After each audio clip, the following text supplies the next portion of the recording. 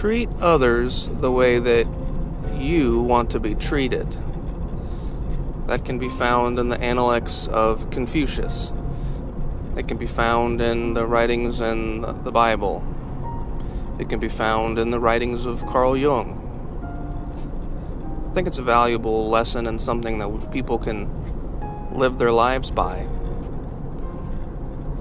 But it's not about just being nice to other people. We need to decide, how is it that you want to be treated?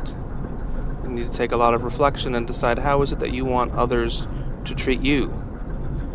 If you were a child, how do you want others to treat your child? You want them to be disciplined. You want them to be treated fairly. You want them to be challenged and pushed. You don't want them to just be oohed and awed at and have things laid at their feet and have a fan batted at them. It's not just about being nice. It's not an injunction to be nice. It's also a call to reciprocity. If you were a child, how would you want yourself to be treated?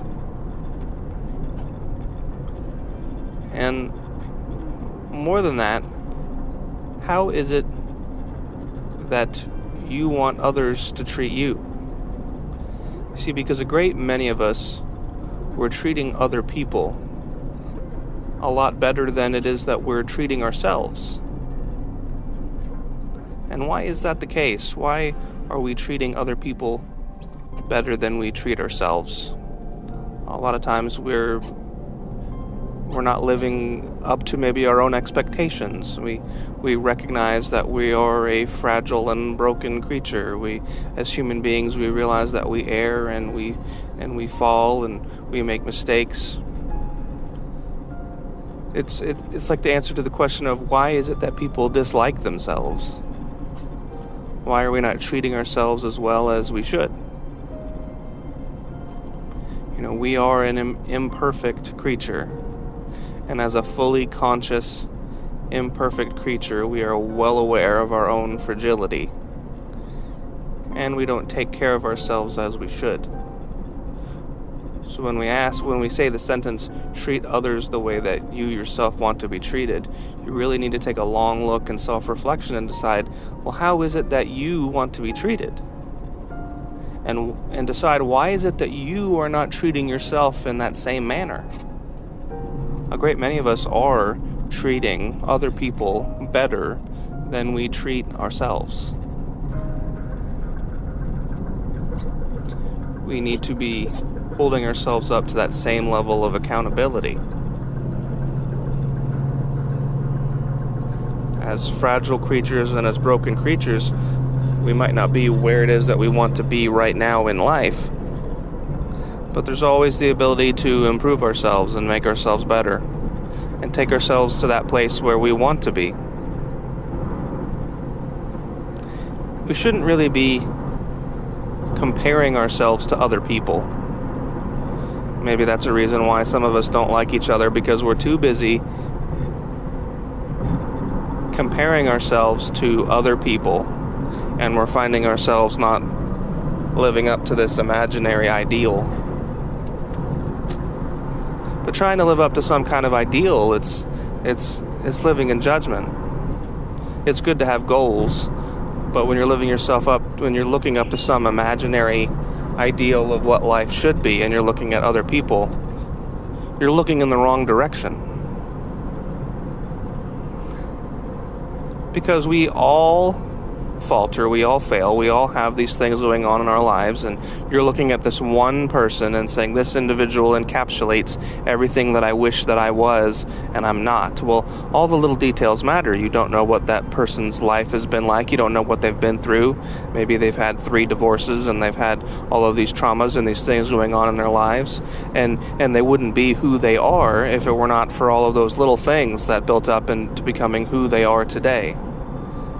All you look at is this ideal and this Instagram picture and this and that, and you decide that this is the picture and the altar at which you wish to worship, and put all of your hope and dreams in this big, great ideal of who you wish to be. But that's living a lie. Ultimately, it's all those little bits and pieces and all those things that build up, that make every one of us into who we are today. There's really only one person that you should be looking towards, comparing yourself to, and that's you, yesterday. Compare yourself to who it was that you were yesterday. Because that's all that matters. What person were you yesterday, and how are you striving to improve that person going forward? Why are we not treating ourselves better? We need to be treating others and ourselves the same. And you need to ask yourself, how is it that you want others to treat you? You need to make up your mind and say, I might not be where it is that I want to be, and I might not be who I am today, but I'm worth it.